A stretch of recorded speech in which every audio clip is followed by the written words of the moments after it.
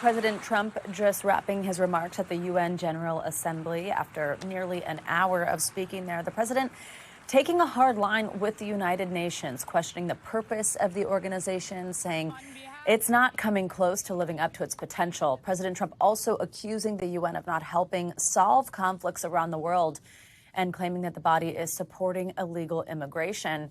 We even heard about both his teleprompter as well as an escalator that was not working on his way in. We want to bring in NBC's Garrett Haake. He is in New York City at the UN for us.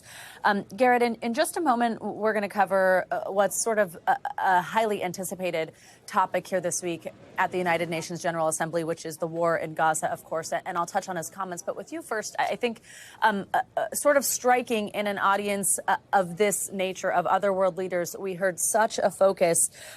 First, the president, as expected, touting accomplishments, calling this the golden age for America, but also really stressing what he clearly sees as a success, this immigration crackdown, and sort of encouraging this for other world leaders in that room. Same thing with what he's calling the green energy scams, calling carbon footprint a hoax. Tell us what you heard there that stood out to you, Garrett. Yeah, Savannah, a stem winder from the president, nearly an hour in length, at times boastful about the U.S.'s record, and at times a lecture to the United Nations itself. You heard him say that he thinks it's only good for words and strongly worded letters when it comes to the global crises it should be trying to solve. And then the president really lecturing European leaders in particular on issues of immigration, suggesting they should copy the asylum policies of the United States and be much more aggressive about protecting their own borders, and on energy, declaring climate change and things like a carbon footprint to be a hoax, saying that he has pressed leaders, including British Prime Minister Keir Starmer during their visit last week, to focus on domestic energy production in the North Sea and to get rid of renewable energy sources that he's long not believed in. Savannah, covering the president for a long time, a lot of this speech felt familiar. It felt like a campaign speech. Highly unusual to see a speech of that nature delivered to an audience like this. But the president relishes these moments. The previews from his team suggested that he viewed this as going into the lion's den to try to tell, in his mind, difficult truths to foreign leaders who otherwise wouldn't hear them. He also pressured European leaders again in specific to cut off what remains of their energy purchases from Russia, suggesting that he's willing to go further on tougher sanctions, tougher tariffs on Russia in terms of pressuring them to end the war in Ukraine, but only if Europe is willing to go all the way with them. So a pretty aggressive speech on several fronts from the president, who now has a day of meetings with many of these same leaders to follow. Garrett, stay with us. I want to bring in NBC's chief foreign correspondent, Richard Engel, and touch on these global conflicts that we heard the president reference. First, saying that he essentially himself solved 7 different conflicts around the globe without help from the UN. And also, of course, I want to talk about what he mentioned there in terms of the war in Gaza. He said, of course, the Gaza ceasefire, it has to get done. But he also really called out many world leaders that were in that room, including allies of the United States, that have decided just in recent days, some as recent as today, to recognize Palestinian statehood, calling that a reward for Hamas. Tell me what stood out to you there. Well, I think what stood out to me most was the just overall savage attack against the United Nations as an institution, also as a concept.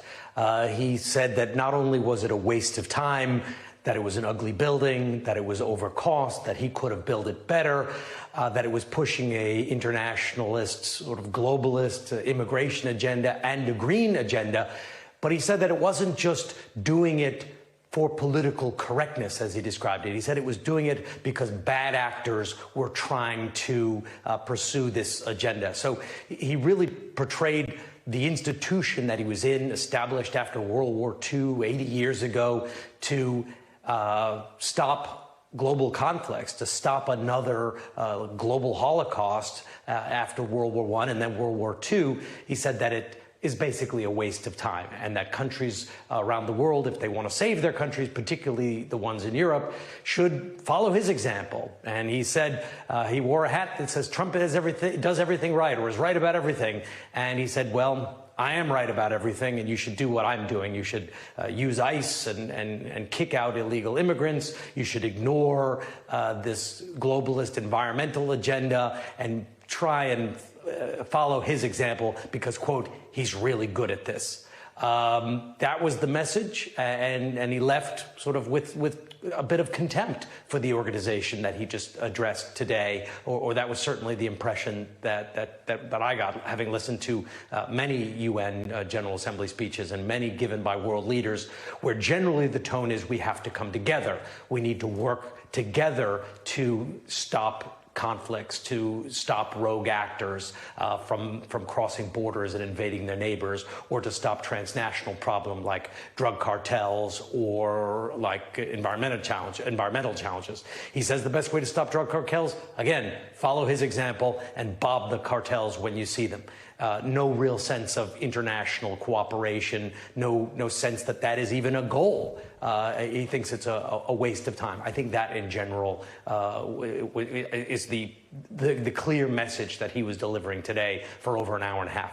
In terms of the specifics, we could talk about all of the specifics for a very long time, Savannah. He talked about how it was Hamas that continues to reject the deal in Gaza.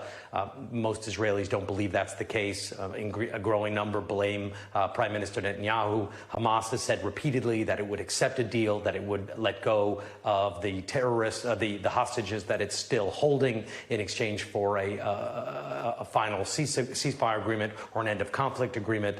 So many factual discrepancies that we can discuss. But I would say overall, it was this absolute disdain for the United Nations as it is, and the idea of it as a waste of time.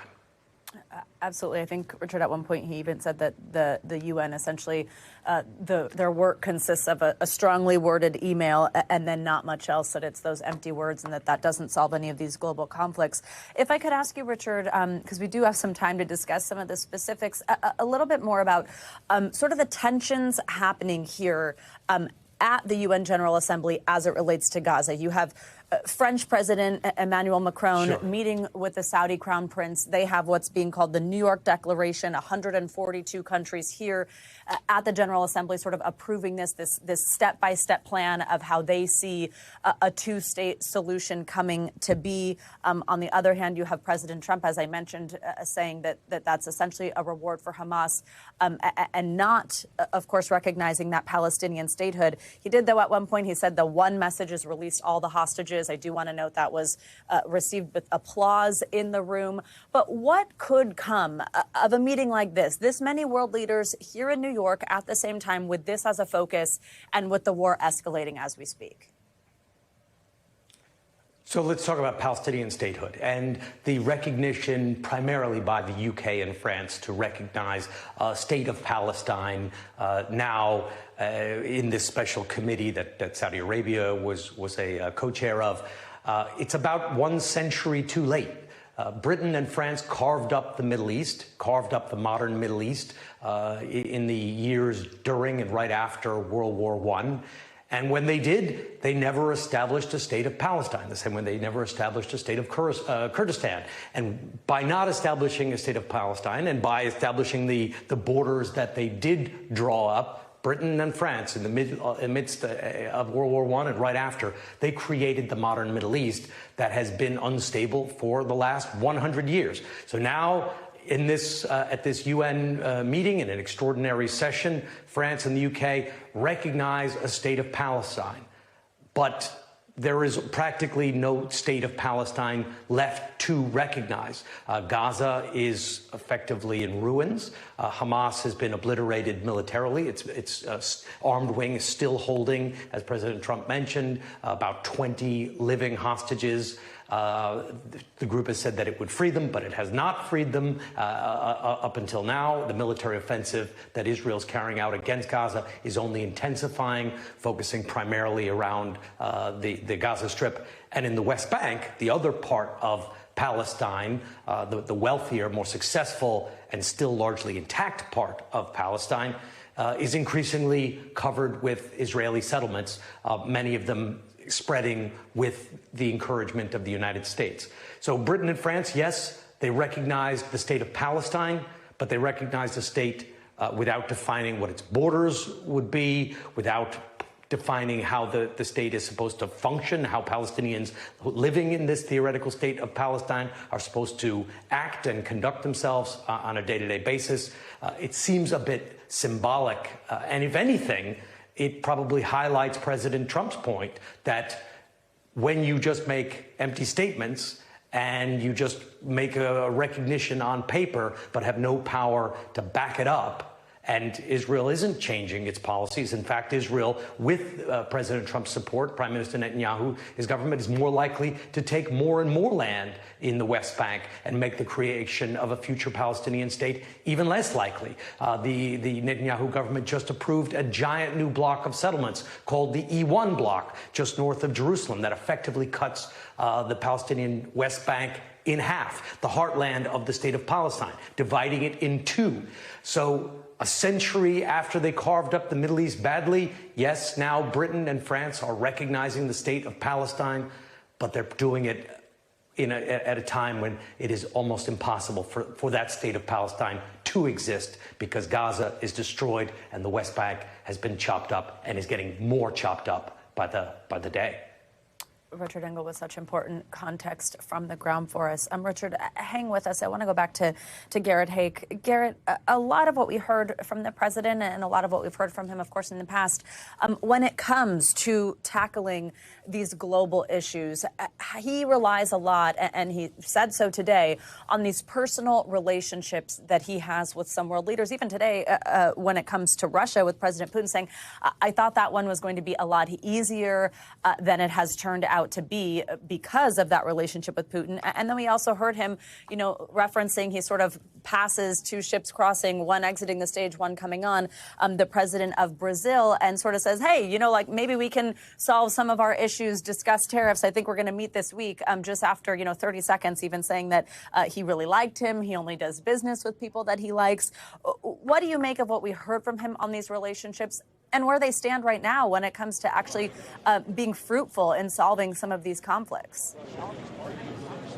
Savannah, I thought it was such an important sentence from the president, saying out loud something that those of us who've watched him for a long time know to be true. And he said, I only do business with people that I like. The president puts personal relationships with world leaders very much at the top of kind of the pyramid of how he makes decisions about foreign policy. In context, he was talking about Lula da Silva, the president of Brazil, with whom he's not had a warm relationship. Da Silva, very much a leftist politician in Brazil. Brazil has come in for some of the harshest tariffs under this new Trump administration.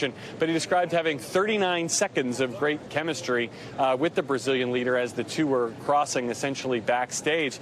It sounds so small, but that's actually the kind of thing that can help jumpstart conversations and can help jumpstart negotiations in this Trump administration, where the people who have nurtured their relationship with President Trump, be it Emmanuel Macron of France or Keir Starmer of Great Britain specifically, have had perhaps better success than others at getting the president to see the world their way or negotiate in good faith in the case of the United Kingdom on tariffs and trade. So a very small thing like just the personal dynamics between this president and other foreign leaders can, in fact, have a big, although clearly not determinative role in shaping world events. Look at Vladimir Putin. Look at Benjamin Netanyahu, leaders with whom the president has good relationships, but whom he's not been able to move in any significant way towards what he wants to see happen in those countries. Absolutely. Garrett, can I also ask you, you're there, as we mentioned, as our viewers can see, right outside the UN. There has been this headline this morning, not necessarily related to the General Assembly, though investigators have mentioned that they will be looking into that potential. This security issue where there's essentially this telecommunications devices potentially capable of taking out the cell phone network in New York. How are officials there on the ground feeling about that? A very unusual story, Savannah. It broke this morning just as officials were starting to arrive, world leaders were starting to arrive here at the General Assembly, that the U.S. Secret Service had found and dismantled these networks of communication devices, essentially like blocks of cell phone SIMs that could mass text or mass call all around the country, these all in about a 35-mile radius of New York. The Secret Service says they're concerned about the possibility that these devices could have potentially taken down the cell network here in New York City. The Secret Service says they're still investigating this. There's some indications of foreign influence here at work, but so far details are scant beyond the fact that the Secret Service believes they have fully disrupted whatever was supposed to be going on here with these devices around the city. Garrett Hake, like you said, certainly a bizarre headline there, one we will look for updates on. Thank you very much. And Garrett, we might be speaking with you again shortly. That is going to conclude this live coverage, though, of President Trump's remarks at the UN General Assembly. We'll bring you more live coverage of the president's day at the United Nations throughout the day here on NBC News Now, including a meeting with the UN Secretary General that we are expecting at any moment now. We thank you for watching, and remember, stay updated on breaking news and top stories on the NBC News app or watch live on our YouTube channel.